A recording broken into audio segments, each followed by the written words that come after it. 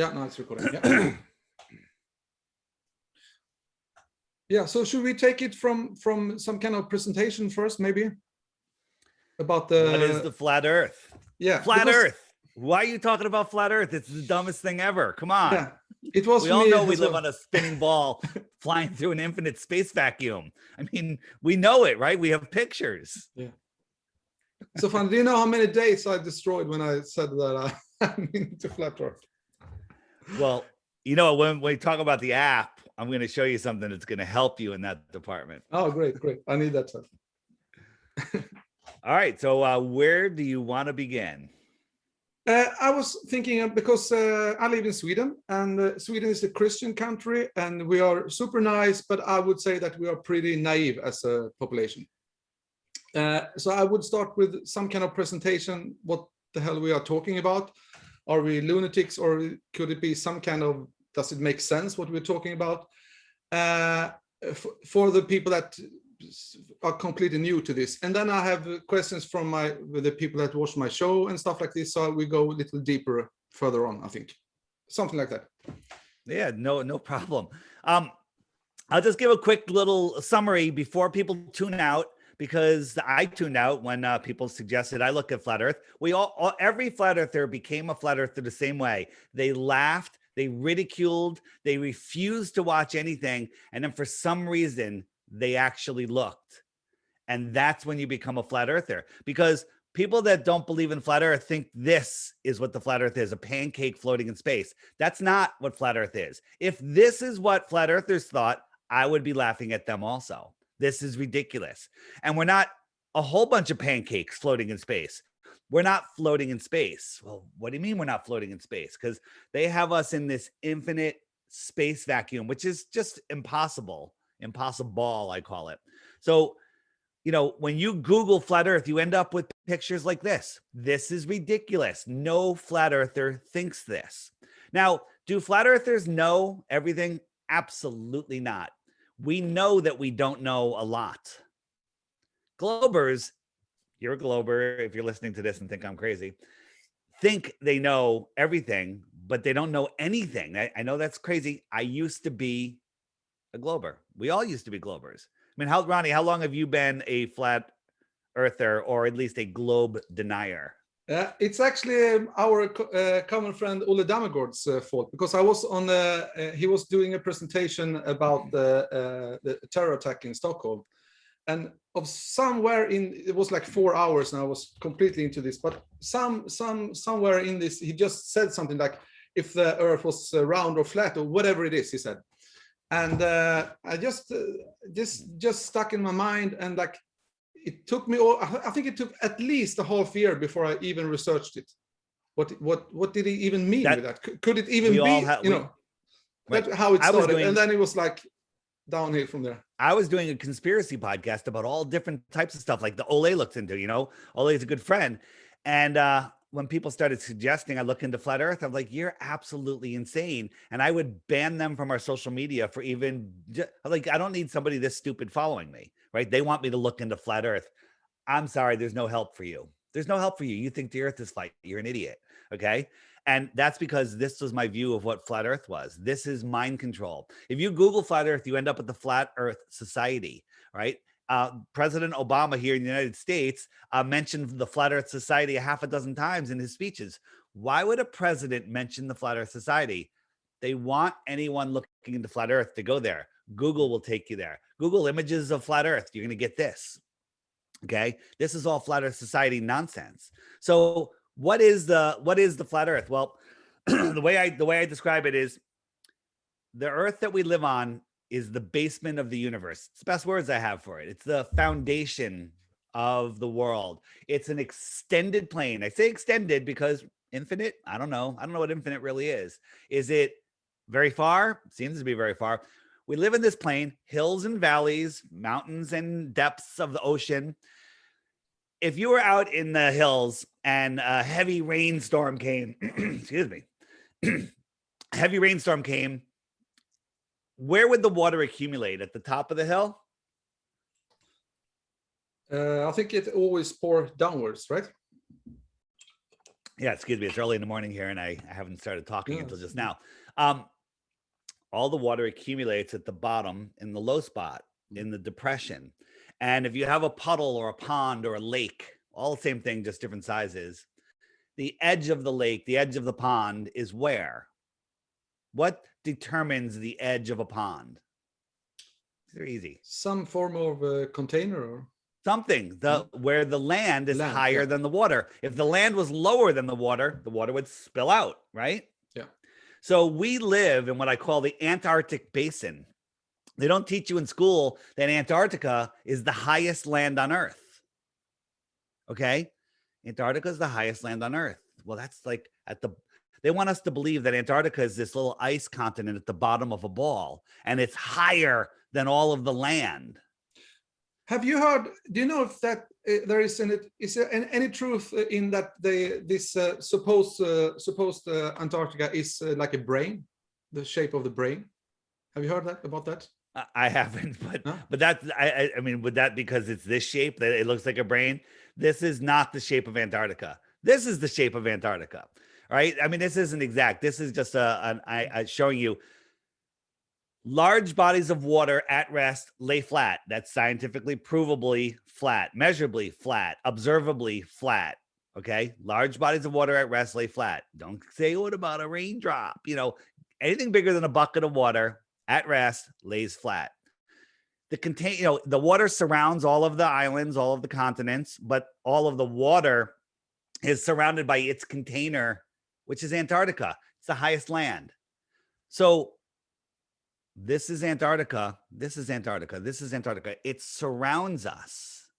It's off limits. No one's allowed to explore beyond 60 degrees south, which is this pink line. You can't even see Antarctica from there. If you want to spend $20,000, $30,000, $50,000, go there for a couple of days. Yeah, they take you to this peninsula, which is huge, bigger than some countries. And they'll show you some ice. They'll show you some penguins, but nobody's allowed to independently explore the outer space. Yeah. Outer space, inner space, outer space. We can come back to the penguins later on because I saw this interview you did with Owen Benjamin. It's really interesting he's really onto something about the penguins. The penguin. What did he say about the penguins? Yeah, that they promote it everywhere. And after I heard that, I started to research my own. I looked at my own VHS cassette. The old ones for my children. You have you have Pingu, you have Disney, you have Batman. It's everywhere. Yeah, they're really onto something there. When I heard it, I started to research it, and my God, he's completely right about it. There's essentially two videos that have convinced people not to look at the North Pole and the South Pole. One of them, I don't know if they showed it where you guys are, maybe they showed something else, but it was National Geographic about these guys that went to the North Pole with their dog sleds and everything. And it just got rougher and rougher and crevasses, and they were running out of food, and the dogs were freezing to death. And it was windy and snowy and 40 below zero. And then finally they got their GPS and they're like 500 feet, 200 feet, we're there. And it's like cold and dark and 100 degrees below zero. And then it basically and then they had to get back. I'm like, how did they get back? They made it there. Now they got to go back. Like, how's that going to happen? And basically it was to convince you. So in the subconscious of your mind, no one would ever say, I want to go to the North Pole, right? Yeah. They showed us that in school. That was the televisions were wheeled into our class, and we watched that in elementary school.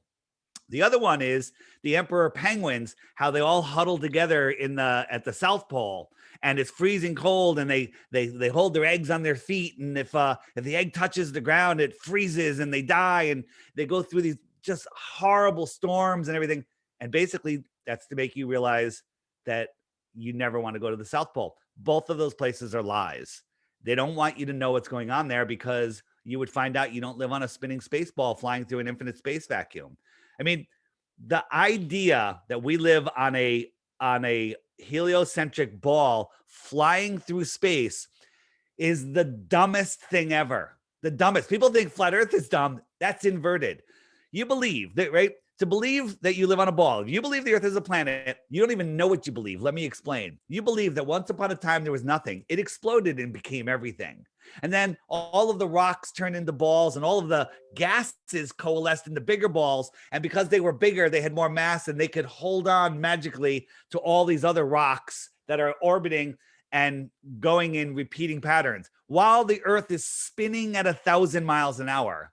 1,000 miles an hour, that's faster than sound. It's orbiting at 66,000 miles in an elliptical orbit where it speeds up and slows down, speeds up and slows down, okay? And then it's chasing the sun in an elliptical orbit at over 500,000 miles an hour, over 500,000 miles an hour. All of these motions are going on all of the time, and nothing moves. Nothing moves, right? Nothing. You can, I tell people, imagine, people like, well, what about I'm in an airplane? I could drink a glass of water and walk to the bathroom. Well, I say double the speed of the airplane, remove the outer shell of the airplane, and then let me know how your water and trip to the bathroom's going. Okay. Because if you live on a globe, we're not in a closed system. We're on the outside of a spinning water ball in a space vacuum, which is impossible. It's just impossible. Right. Yeah. I say, get a dinner plate and fill it with water and drive down a road at 100 miles an hour, just 100 on a straight, perfectly smooth road. You might be okay. Now have the driver start turning that car just a little bit. What's going to happen to that water? Is it going to do this? No. The idea that we live on a spinning ball is the dumbest thing ever. Dumbest. And they've convinced us to trade in our common sense for nonsense from a guy in a bow tie who lies. Then they would say that everything, everything, the atmosphere and everything is like follow along with this. But still, there's one, what do you call this, diameter or at the equator, and it's a smaller one. So still, it can't like follow everything. Right. Well, so it doesn't make sense at all. They tell us the Earth is spinning at 1,000 miles an hour at the equator. Okay. Because, for you Globers out there that are defending the ball and thinking I'm crazy, how fast is the Earth spinning at the equator? I don't know. I already told you that. You probably don't even remember. But what's the diameter of the equator? They don't know. We know because we've looked. It's 24,901 miles around. So about just over 1,000 miles an hour would bring you around once, right? It would bring you around once. If you're at the equator, if it's the diameter is just over 24,000 miles, well, if it's going 1,000 miles an hour, once a day is 1,000 miles an hour. But what if you were only a mile from the North Pole? Well, you're going around once a day, but that little circle at the top is much smaller than the bigger circle at the equator. So if you were a mile from the North Pole, how big is that circle? And a lot of flat earthers don't even know this, but it's simple math. If you remember pi, 3.14 miles. P. Mm-hmm. Yeah. So in a day, in 24 hours, if you're a mile from the North Pole, you've only moved 3.14 miles. That's like 1/8 of a mile an hour. Okay. You're going less than a mile an hour. You're barely moving. But if you're on the equator, you're going 1,000 miles an hour. Okay. Here's the problem. All of the air is stuck to the ball. The air, at 40,000 feet above this ball, where do you think it would, if the ball is spinning the way you see it spinning, you would think that the air would kind of lag behind a little bit. The higher up you went, it would kind of lag behind because the higher up you go, the faster that air has to go to keep up with the ball. Well, at 40,000 feet, the air is outrunning the spin of the Earth. Or the non-spin of the Earth, because the Earth isn't spinning. The air is outrunning it by hundreds of miles an hour. Explain that on your ball. It's interesting because my children, I have a daughter, she's 10. She's completely like everything like natural about it. That what I can see and when I can touch and what I can feel, this is my reality. Do you homeschool her? No, but she heard me.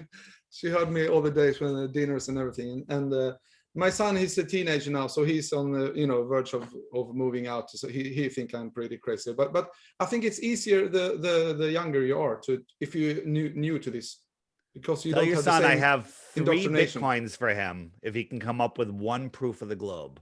3 Bitcoins, 100 grand. That'll get him started in life. He can go put a down payment on a house. All right. 3 Bitcoins for 1 proof of the globe. Don't bet he doesn't have one.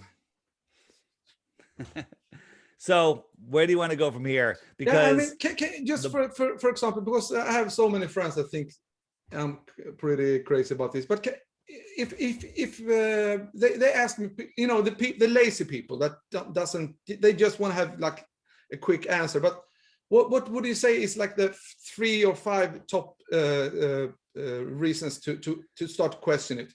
I would say, for example, that we have never ever measured the curve of the Earth, for example. I would say, for example, the Polaris star. It doesn't exist. We've measured. Yeah. So what would you say, like, are the things that they should start to look into, like, if they want to do it like for an hour or whatever? Well, the thing that got me was that we can see too far. If the Earth is a ball, 24,901 miles around, you can look up the Earth curve calculator, and the Earth curve calculator is 8 inches per mile squared. Most people are like, what the heck does that mean? Simple math. First mile is 8 inches. Second mile, the Earth is curving more and more as you go out. It's not 8 inches, 8 inches, 8 inches, because that would be, we live on a ramp. We don't. It drops off faster and faster. So it's 8 inches per mile square. You have to square the miles.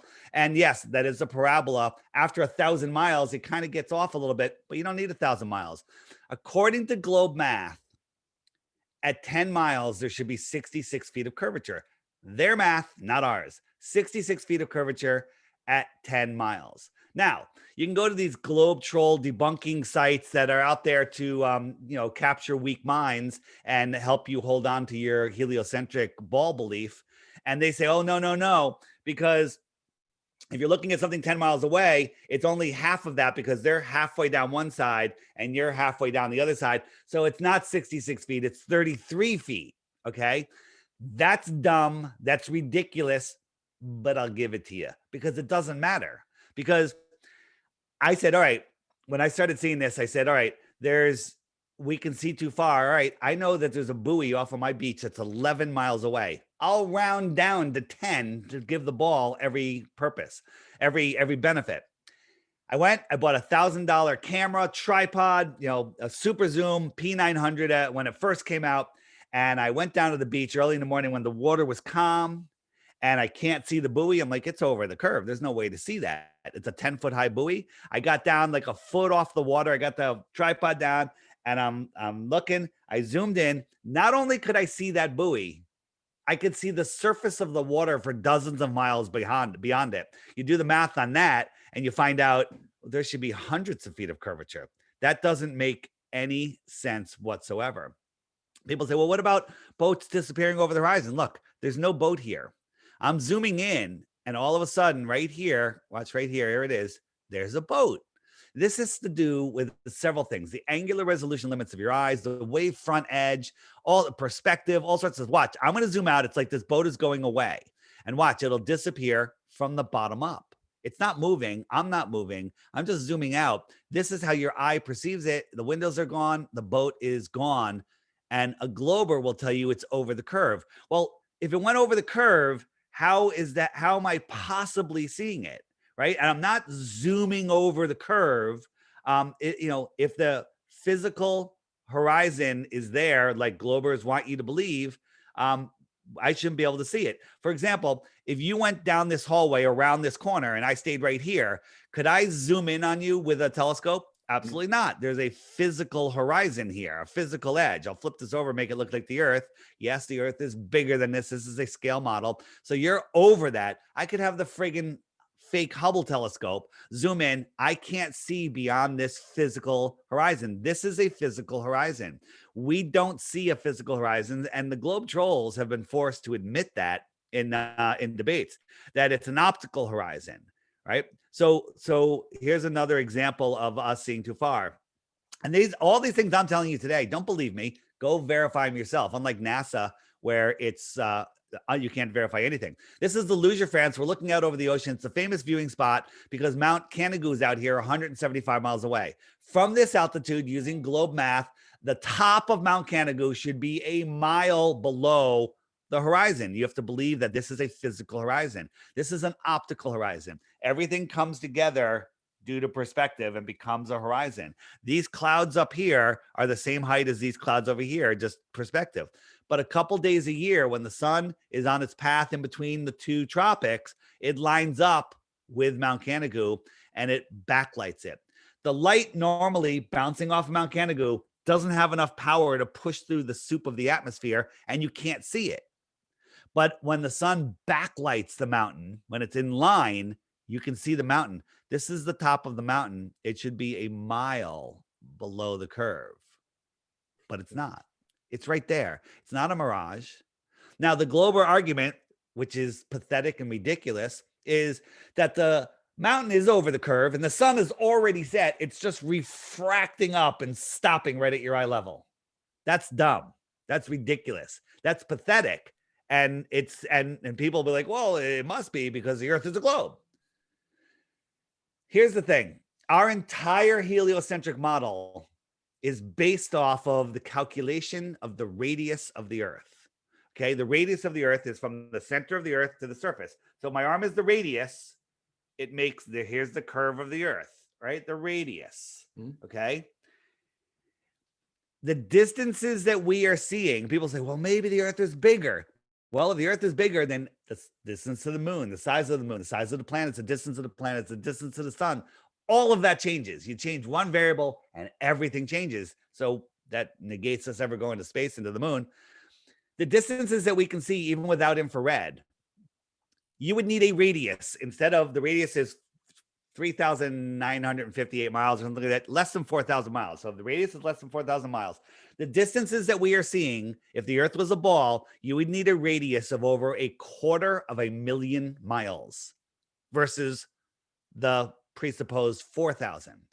If you don't have R, the radius, no R, no sphere, no solar system, no nothing. It's all based on R, and R is a made up number. So then we have, let's see, we have the horizon. We have that we see too far. I would say that that Polaris never moves. Would that be the top 5? Yeah, absolutely. So we're corkscrewing through space every year in just one direction. We're going 4.4 billion miles every year.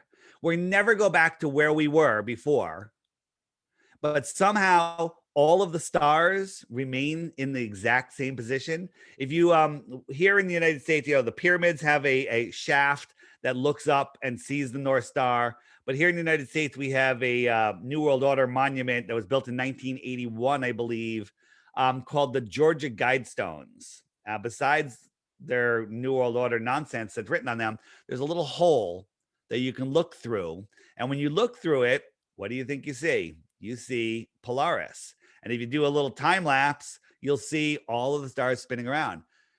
How is the Earth corkscrewing through space and Polaris never moves from that hole? Never. Ever, ever, ever. And you can say, oh, well, it's so far away, you know, that there's no parallax. Baloney, okay? Baloney, right? 4.4 billion miles a year. It's been up for 40 years. So 40 years times 4.4 billion and no parallax. Meanwhile, NASA says, oh, well, the way we figure out the size of the stars is, you know, in June, we're on this side of the sun and we could see stars that are in line with each other. And then in January or December, when we're on the other side, you know, we could see some parallax. You can see parallax from 186 million miles, but 4.4 billion miles a year doesn't cause any parallax. The stars never change. Every year, go out tonight, mark where the stars are, like sit in the same spot, they make a little star chart, and then same time next year, same night, same time, 10 years, whatever, go out and look. Every star will be in the exact same position. We don't live in a heliocentric beehive. When we're talking about these Georgia Guidestones, why do you think that they put them up there? Yeah, it's a monument to. So, I used to laugh at, oh my God, ancient civilizations, they were so stupid. They had to write things in stone. Well, if there's a reset, which looks like we're going into, the only thing that's going to survive is stone. All of these videos, gone. All CDs, gone. Most books, gone. Well, a lot of, maybe books are the next best thing, but written in stone. So on the guide stones, look it up. There's in 10 or 12 different languages, there's the top 10 commandments, and one of them is never to let the earth population rise over 500 million again. 500 million? That's a half a billion. They tell us there's like 7 or 8 billion people on the earth.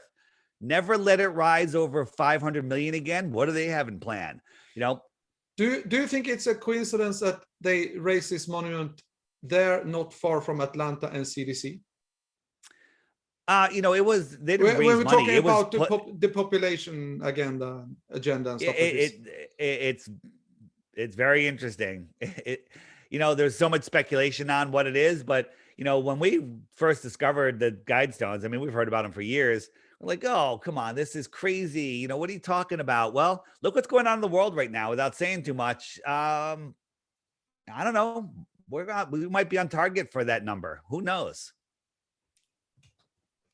Oh, that's really interesting. I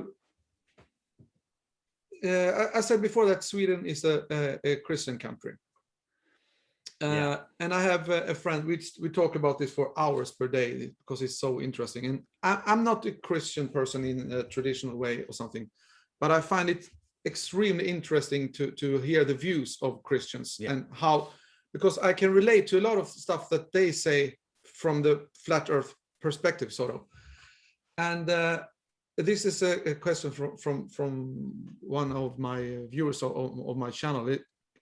Could it be, because since when you have been doing this for a couple of years that I have done now, and you start to see pattern how they work, how they take photos or something, the truth, and they kind of reverse it, or what is called this reversed or invert. Could it be that religion is the biggest form of controlled opposition, to hide that there is actually some kind of intelligent design? I think that, all religions there's a good side and a bad side to them, but they've pigeonholed people, and they're grouping them and separating them. They want us separated. In the 1800s, everyone thought it was the Wild West and craziness. No, it was an advanced civilization called Tartaria, a worldwide united civilization. But then in the 1800s, at some point, some cataclysm happened. If you looked into mud floods and Tartaria, it's mind-blowing stuff. And the world was repopulated. Everything was erased. The reset happened. And here we are. And our history, all of it is a lie. So then they divided us up by countries, divided us up by religions, divided us up by sex, by race, by political party, by sports teams, by genders. Now they're dividing genders. Now they're telling us, don't look at anybody, don't talk to anybody. They're dividing, because together we are powerful. Separated, we are less powerful. They don't want us to know how powerful we are, and they use religion to keep us pigeonholed. Are there benefits to all religions? Are there truths in religions? Absolutely, yes. Are they hiding lots of truths from you? Absolutely, yes. So, on my app, there's a button called Biblical Flat Earth, and I recommend anybody, Christian or not, watch those videos, because you'll start seeing how the Bible is a flat earth book. I never lead with the Bible, right? On my podcast, the Flat Earth Podcast, my co-host, Matt, he leads with the Bible, right? But I don't lead with the Bible because there was a point in my life where I'd be listening to a podcast, guy would be telling great information, whatever, and then he'd mention Jesus, the Bible, and I'd be like, oh, he's a religious kook. And I'm out, because that was my belief at that time, right? Mm-hmm. But now I understand that we live in a created place. Flat Earth proves a creator. Your journey from there forward on who the creator is and what your relationship is with the creator is your own personal journey. It's no one else's journey. So okay? if I simplify the question, could it be that they target the Christian people the most because of that they actually believe in some form of creator? Well, I didn't believe in a creator. And then it's not about belief. Belief is the enemy of knowing, right? Yeah. There's a verse in the Bible that says, basically paraphrasing, it says, once you see my creation, the earth, there'll be no denying my existence. Okay. Once you see the creator, there's no denying me. The people, and I use the word people loosely, that are running this place, they hate God. They don't want you to know that there's a creator. They don't want you in a situation where you can't deny the creator. So they put you in a infinite space vacuum in a random universe where you evolve from pond scum. Okay. That's ridiculous, right? They've programmed us into believing, just such nonsense and denying the creator. Maybe that's a big one, because we talked about the horizon and all this stuff, and space. When you tell somebody that space doesn't exist, they look at you like you're from, I don't know, have 5 eyes or something. Yeah, well, I did that also. I had, space doesn't exist. How is that possible? Well, we live in a contained system. What's beyond it? I couldn't tell you. But if we live in what I call we live. So here's the thing. And I don't want to say, I try not to pigeonhole us. Like, is this how the earth is? Is this all there is? Now, a lot of Christians will say, yeah, this is it. If you read the Bible from page 1, God separated the waters from the waters and created the firmament. Well, the firmament's the dome. There's so much evidence that this is basically what the world is. But what is beyond it? What is there? Maybe there's other puddles. Boom, boom, boom. Maybe there's 10 of them. Maybe there's 10 bazillion of them. Okay. Maybe there's other worlds, but this is the world that we live in. This is our known world, right? Everything beyond that is the unknown world. Here's a map from Japan, 10 centuries old, printed in the New York Journal, which is now the New York Times. I think it's the New York Journal. Or is that a different paper? I can't read it.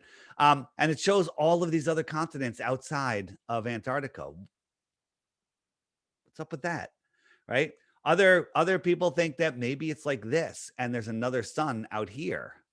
And these are extra terra, more land, extra territory. So if somebody lived here in the outer space that came to visit, you might want to call them an extraterrestrial, coming from just thousands of miles away and not trillions. A trillion miles is a joke. The closest star, other than our sun, according to heliocentric nonsense, is 25 trillion miles away. 25 trillion miles away. If you were traveling at 1 trillion miles a second, how much time would it take you to travel 1 trillion miles? 1 trillion miles a second. You lost me there. No. If you were traveling, hold on a second, a mile a second. I'm sorry, I said that totally backwards. If you were traveling a mile a second, that's pretty damn fast. A mile a second. How long before you traveled 1 trillion miles? And you'd be 1/25th the way to the first star. How long would it take you at 1 mile per second? Remember word problems? Come on, we did this in junior high. 1 mile per second. How long to go 1 trillion miles? Take a guess. If you guess it within a week, I'll give you a Bitcoin. I think it's faster. No. If you guess it within a week, really? If you say, if you say, 6 months, I don't know. How long to go 1 trillion miles if you're going a mile a second, which is super fast. How long? Take a guess. Come on. Win a Bitcoin. I have no idea. 31,000 years. Oh. Okay. If you were traveling a mile a second, 31,000 years later, you would be 1/25th the way to the supposed closest star. Is that ridiculous? It seems Say like yes. It Say seems yes. like a pattern. Yeah, of course. Say yes. Yeah, but it's like you lost me there for the mathematics for a second. Wait, before you answer that, let me just say something. The math that I am going to throw at you guys today is the simplest math ever, but they've taught us not to think. They've taught us to memorize nonsense. The shit sorry for swearing, that they taught us in school is ridiculous. It's not learning. If I'm walking 10 feet a second or running, that's pretty fast. In a minute, I would go, well, there's 60 seconds in a minute. 60 times 10 is 600. You know, you can do the math. It's the same thing. A mile a second times a minute. Well, that would be 60 miles because I'm going a mile a second. Easy. Yeah, that's okay. Right? How long for a trillion? 1 trillion seconds is 31,000 years. Just let that sink in. The next time you hear the liars at NASA tell you things are trillions of miles away, you couldn't see anything even a fraction of that distance, no matter how big it is. A pattern I can see, even if I couldn't count this number directly, but a pattern I see is that they always try to put everything so far away from you as possible. Am I right? Right. Yeah. So there's a thing called angular resolution of your limits of your eyes. Like here's my phone. Where's my phone? Right here. It's filling the whole screen. Why is it getting smaller? Why is it getting smaller? Due to perspective? It's due to perspective. As things go away, they get smaller. So if you look at our sun, if it was right next to the earth, it would fill the whole sky. Move it 93 million miles away. Bet you didn't know that. That's how far the sun was. 93 million miles away. Not you. I'm talking to your audience. It becomes the size of a coin held at arm's length. Wow, that shrank a lot in that distance. If I doubled the distance, how much smaller would it get? A lot smaller, but some people say, well, it would be half as small. Okay. Well, now it's the size of a dime, right? And if you double the distance again, it would be even smaller. And you just keep doing that. There's a point where its angular size gets so small, you can't see it. Like if I was holding a human hair right here, you probably couldn't see it because its angular thickness is too small. So if we made the sun 24 times farther than it is, it would be way too small to see. Scientifically provable that you could not see the sun 24 times farther than it is. Probably 3 times farther, but I'm going to say 24 times farther because that's 3 light hours. The distance light travels in 3 hours. Okay. Polaris, the North Star, which we were just talking about, they say it's 46 times bigger. Well, 46 times bigger. So we can do the same math. 46 times farther than 3 light hours is rounding up 6 light days. What's a light day? The distance light travels in 6 days, in a day. So 6 light days away. If Polaris was 46 times bigger than our sun and it was 6 light days away, scientifically provably, you could not see it. Do you know how far they tell us Polaris is? Oh, I actually 433 light years away. Mm-hmm. And you think that you can see that with your eyes? Well, you're not seeing it because it was there you're seeing the light that's been traveling for, billions of years. Baloney, but nonsense. Light doesn't travel forever. The angular size got too small at just 6 light days away. And then subtract 6 light days from the 433 years of distance. And then you realize you're listening to nonsense. You've traded in your common sense to a guy in a bow tie who lies. So when I talk at a dinner with my mother about this, and she's Christian, I would say, she's taking this quite maybe you're right, maybe it's flat. But then she would ask me, so what is the reason for it, to hide it? Yeah, the reason, and Christian, this is a good one for Christians. The reason is they want you to believe that you are insignificant, that you are flying through an infinite space vacuum in a, at best, distant God expanded universe, or no God, right? That everything happened by accident. That's what they want you to believe. When the truth of the matter is, you are at the center of creation, at God's creation. You are a piece of God. We are here having an experience with our soul, which I believe is a spark of God within us. We all have God within us.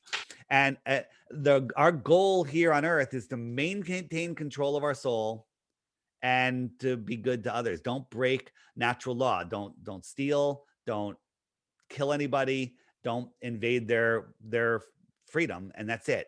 And maintain control of your soul. But many people will sell their souls for, you know, fame and fortune or whatever, and they become nihilistic, and they just become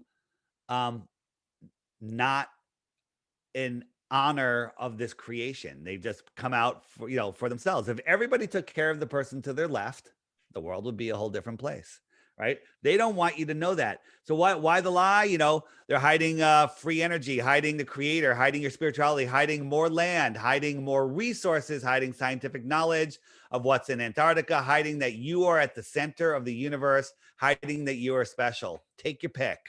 That one is really interesting. Yeah. I mean, there's more, hiding more land. Think about it. There's, you know, there's a story called the Iron Republic. And it's a story about basically some senator took a boat, you know, when he retired and found an opening in Antarctica and ended up in the outer space, lost at sea. And then he came across this land and found a civilization there, and it was advanced. This was in the late 1800s. It was written in, I think, in 1901 or somewhere around there. And he's talking about all of these people there that had flat screen TVs and computers and hovering electric cars and all sorts of stuff some stuff that we don't even have right now. And the story was like where these people came from. They came from inner Earth, the Middle Earth. And they went to the outer space because they didn't like the tyranny that was going on in the 1600s. And so they moved out away from the tyranny. Well, the people that were left here that know the truth of this world, they lied to us, and they have us trapped here, trapped in our own minds, trapped on a spinning ball. The spinning ball is a prison for your mind. Yeah. So let's say that we have some people now that start to investigate about the flat Earth, and they maybe see that it's at least worth checking out, and they see that the reason why they hide it, or at least what could be the reason. The next step. This is also a question from a viewer from my channel. Assume that people have photos, films, everything to actually prove the existence of whatever is on Antarctica and the North Pole. How would you go on to show the public that they should actually believe it? You know, how would the people react? Politics, open up Antarctica science to exploration. You know, if you want to prove the Earth is a globe, you know, science is like, if they talked about it in Congress here, how can we stop this information? And they use flat Earth as an example. What? I mean, Neil deGrasse Tyson, who's the high priest of scientism spokesman, you know, he said he will never talk to a flat earther because it's not worth his time.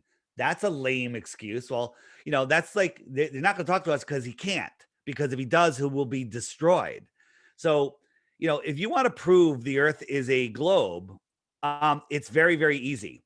Antarctica is about 12,000 miles around, according to the globe, right? So you get two airplanes, you fly over here, right? You get people. You and I will go on there. We'll get Neil on there. We'll get Bill Nye, the lion guy with the bow tie. We'll get some other scientists. We'll get some globers, some flat earthers. We'll all get on these planes. You fly about 1,000 feet in the air and just follow the coast. So everybody can look out the left window and see the coast. And get the other plane, fly this way. Everyone can look out the window and see the coast. Plane flies about 500 miles an hour, 550 miles an hour. About 9 hours later, about 6,500 miles later, both planes should meet over here. Game over. Earth is a globe. Okay? Not going to happen because it can't be done. Because the last person to try to do that was Captain Cook. He went 60 to 70,000 miles on his journey around, because remember, the equator's right here, right? And the equator is only 24,000 miles around. On a ball, it should get smaller and smaller and smaller as you go out, but it doesn't. It's bigger. Many accounts of ships go, every day they're out of reckoning by 20, 30 miles. They're like, how the heck? They're measuring and they're like, wait a minute, we're not where we're supposed to be. It's because they're going a greater distance.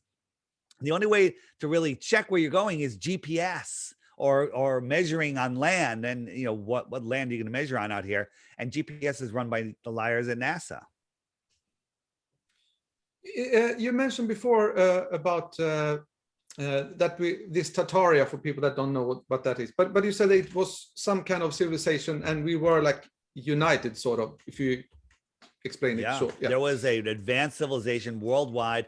I mean, you look, everyone's familiar with the pyramids at Giza, but there's pyramids in China, all over the world, and they're all lined up the same way. They're all on these ley lines. It's amazing. There's all this architecture all over the world that we can't figure out how they built it. It's way beyond what we can do today, but it's worldwide. In the middle of the Amazon, there's cities buried in the Amazon.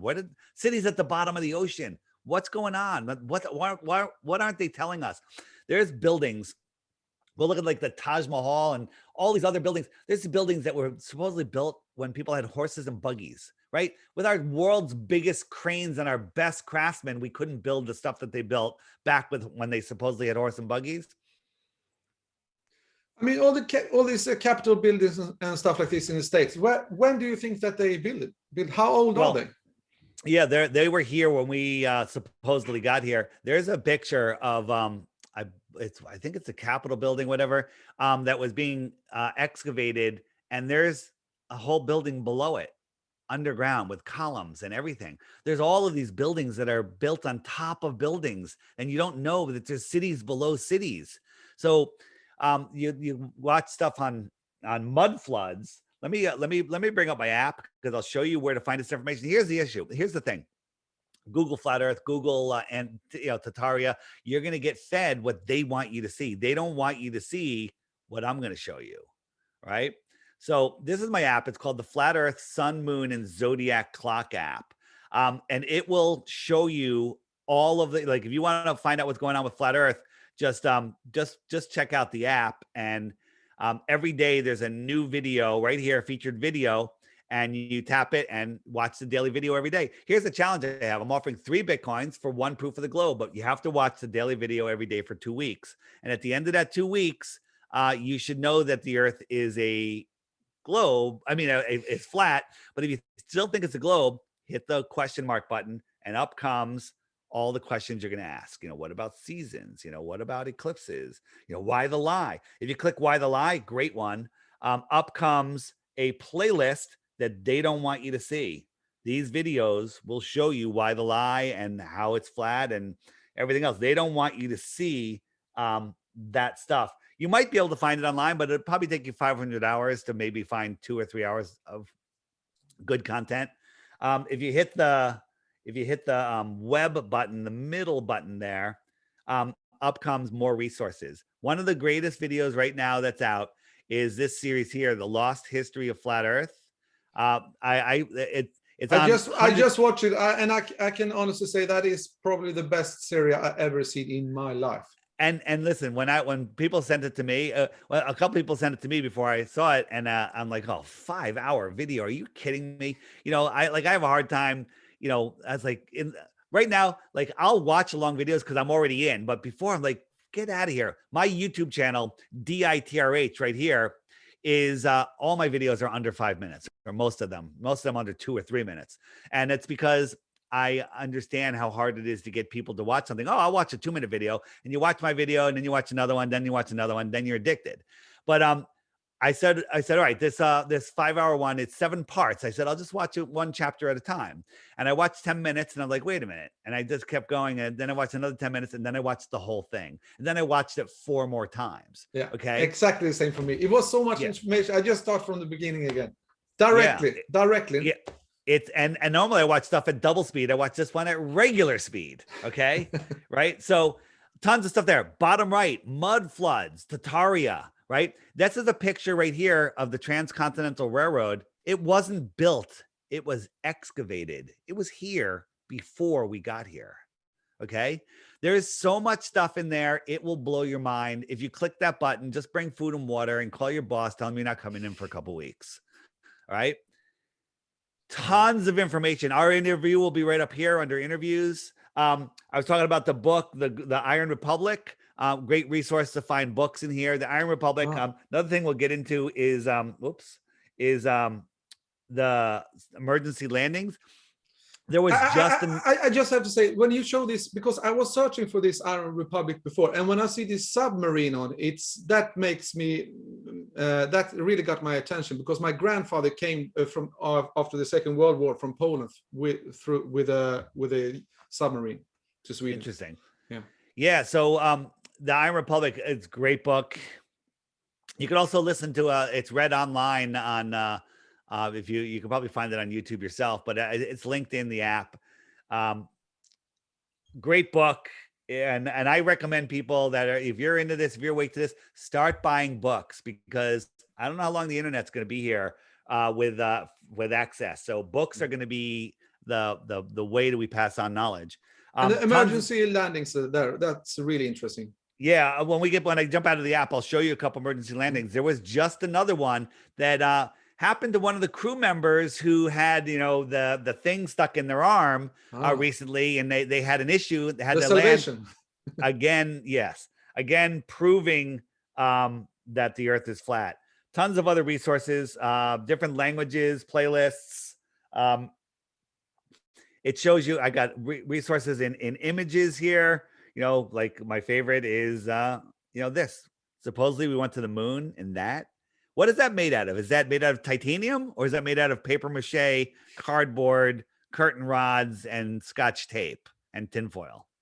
I always thought about how people can believe in this. And I think the reason they still believe it is because it's so fucking stupid. So they can't even comprehend that they were fooled about it. That's why they still believe in it. Yeah, they can't even fathom the lie. It's too big. Tons of resources in here, lots of the slides that I use. So if you're a flat earther and you're trying to talk to people, break out the app, pull up the pictures, and then they'll start to see. And it's literally the best way to wake people up. It has tons of other stuff. I was talking about the winds. If I go to the winds map and I go to 40,000 feet, those white and pink winds there, those are going 200 to 300 miles an hour faster than the Earth is spinning. The Earth is spinning to the east. Well, how are those winds outrunning it? And look how beautiful they are in that pattern. This is the actual pattern, rather than they show us the winds go up and down, in this big crazy sine wave on the globe, but lay that out on a flat Earth. These are the current winds right now. Okay. Again, so for those of you that are new, the sun is the hour hand. It's not on the hour hand now, because here in the United States we have daylight savings time, so they're lying to us about the time, basically just to throw off our natural clock. The sun will lap the moon every 28 days. So right now there's a close to a full moon, and you'll see that the sun is just starting to catch up to the moon, and the moon will start waning. And so the moon keeps track of the weeks and the months. Okay. There used to be 28, there used to be 13 months of 28 days, but they hijacked that also.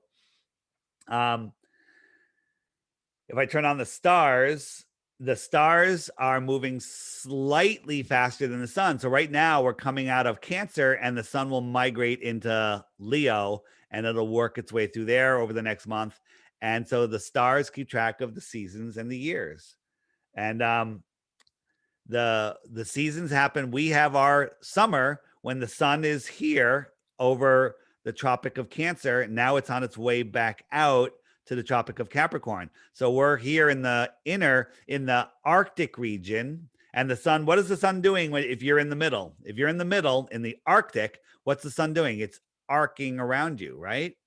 If you're out here in the Antarctic, what's the sun doing? It's antarcing away from you. It doesn't go around you. It comes towards you and it antarcs away. So the Antarctic has the sun antarcing, and the Arctic has the sun arcing. Very simple.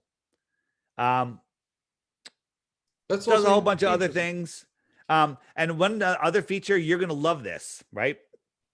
How many flat earthers do you have near you? How many people do you know in your local area You that are know, flat earthers? I plan to tell you, you know, just the people that start to ask questions since we did the first episode, I would say it's at least 20, I don't know, 25 people or something in my near, you know, friend. So in the next week or two, I'm releasing a new feature on the app, which is I call it Meet Flat Earthers. And basically you hit the button, up comes the Google map. It shows you where all the people that have the app are. Now, wait a minute, cool. That's surveillance or it's a personal, you know, you can turn it off and then you're gone and everyone else is gone. No problem. You can turn it on and say, city center me. Just put my dot in the center of whatever city I'm in. Don't show them exactly where I am. That's fine if you're paranoid. Just because you're paranoid doesn't mean they're not watching you. So it'll put you at the city center, or you can say, show my exact location. So let's say I'm out and about. Let's say I come to Sweden and I'm by myself. I'm backpacking around.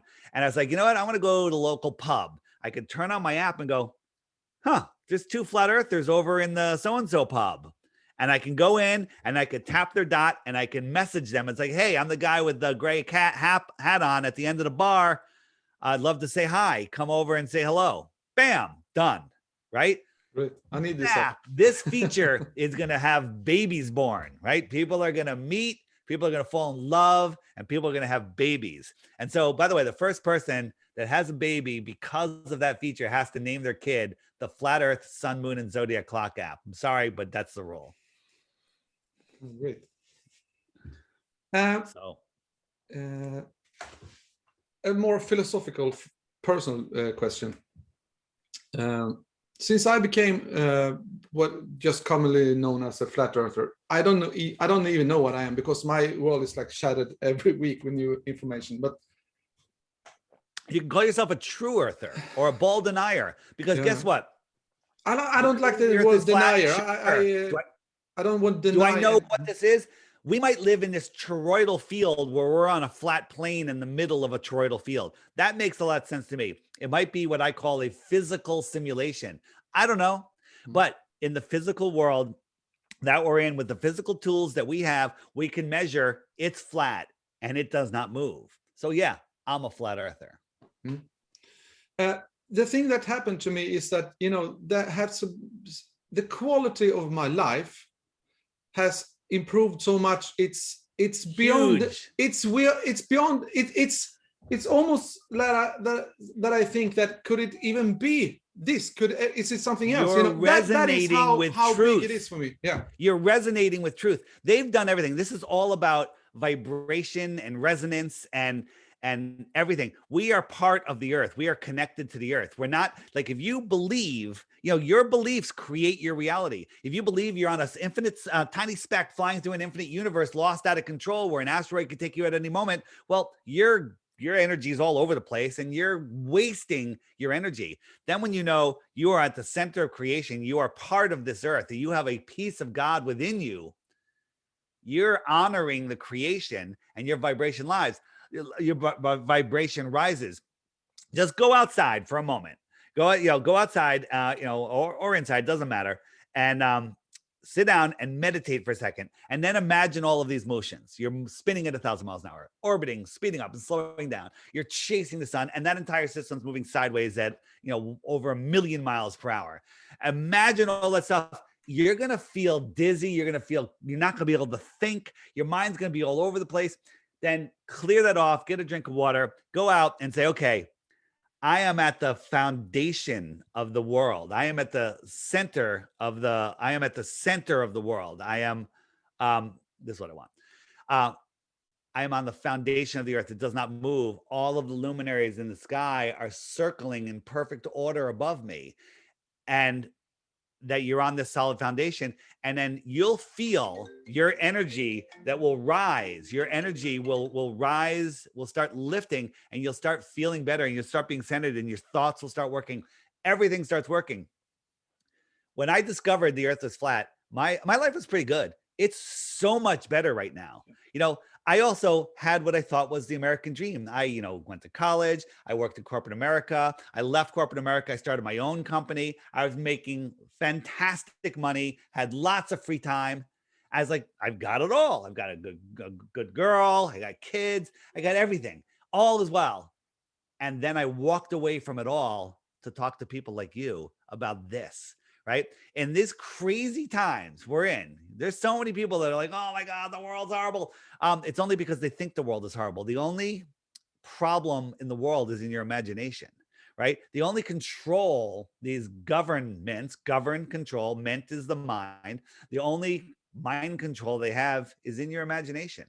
Yeah. Right. So they have you imagining nonsense. They have you not honoring God's creation. They have you, just totally laughing at it. They're laughing at us. They tell us everything that's going on. And then we're just, most people are just too stupid to realize it. Yeah, or too lost to realize it.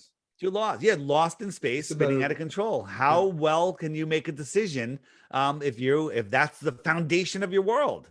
The foundation, I'm here. I am connected to the earth. Everything always works out. It's amazing. Amazing. It's an interesting expression that time and space does not exist. Correct. That was the best answer of that question I could ever imagine. It was really, yeah, you put the right on the spot. Thanks. David, I'm so honored to have you for the second time here, and I got some more answer, and I'm even a little more happier and even more educated after this hour. Yeah, people say, oh, he's just here trying to sell an app. If you knew the money I was making at my old job, this isn't about money. I walked away. I left bags of money on the table. That's fine.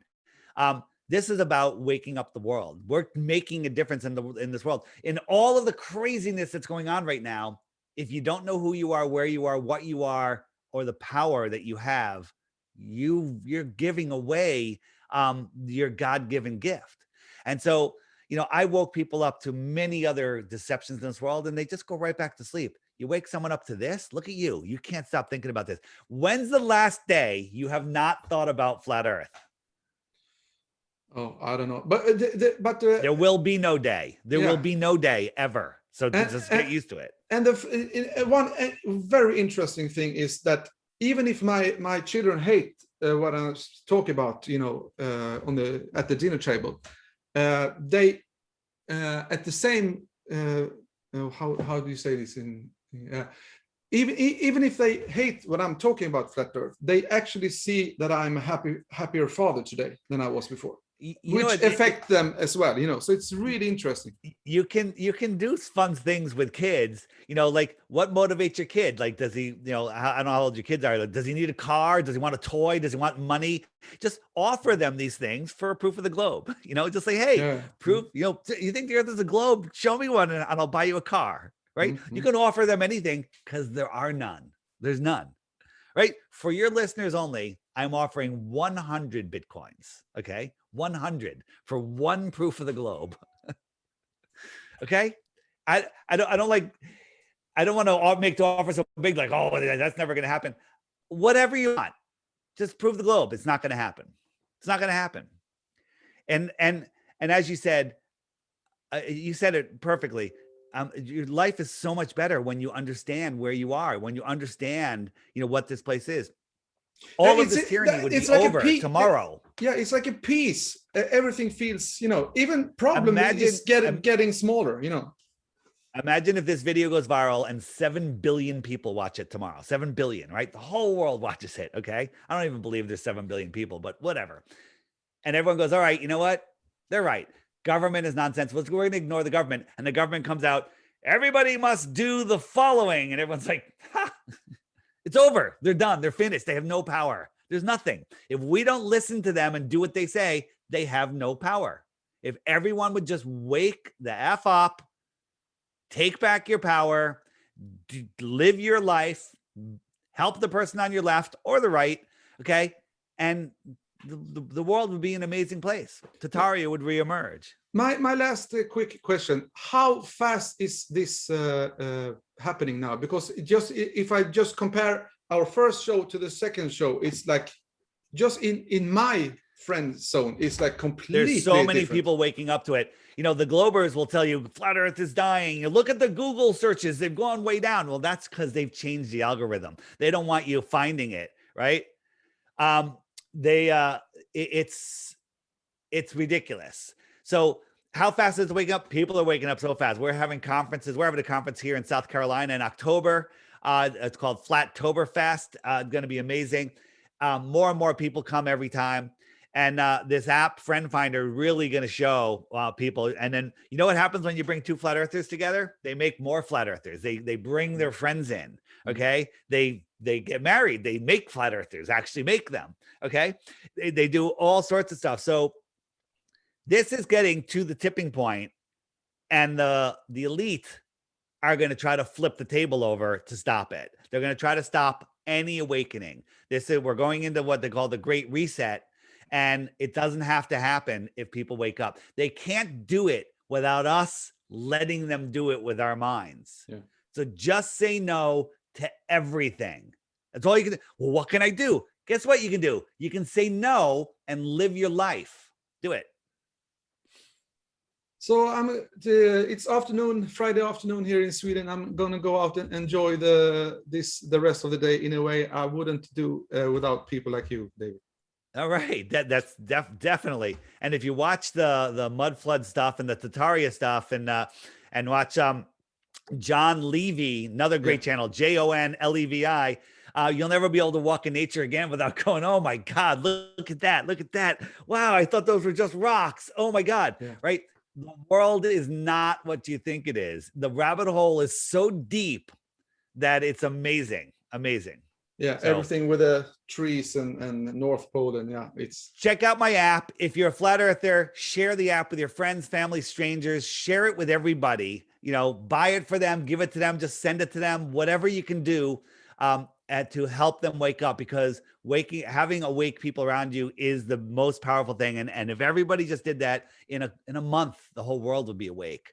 Okay, so that makes a difference. You can find me at the flatearthpodcast.com. We haven't been doing a lot of episodes, but if you haven't heard them, you're looking for some audio, the Flat Earth Podcast on iTunes, SoundCloud, and my YouTube channel, which is linked in the app, DITRH, just the initials for Deep Inside the Rabbit Hole. Lots of short videos there. But the best way is the Flat Earth Sun, Moon, and Zodiac Clock app. Be careful on Android. There's a knockoff by the same name. I think it's free, or maybe it's $2. Don't send me an email telling me my app sucks, because that's not my app. Mine is by Blue Water Bay. You can just scan this barcode, or you can just go to the flatearthpodcast.com. The link is there. It's the highest rated app in Android store and the App Store. You need an iPhone 6.6 or better, or an iPad, and you need Android 8.0 or higher. Don't email me yet when you see this, looking for the Flat Earth Friend Finder feature that's coming in 1 or 2 weeks. So if I will not be able to make a baby with this name you said, at least I think you should have a Weiss beer or something named after you. I'll take it. Yeah. There you go. All right. What else? Anything else? No, I'm super happy with this, and I'm gonna upload this directly so everybody can see this this weekend. All right. Fantastic. Thank you very much, David. Until next time. Thanks. Yeah. See you. Bye. Thanks. Bye.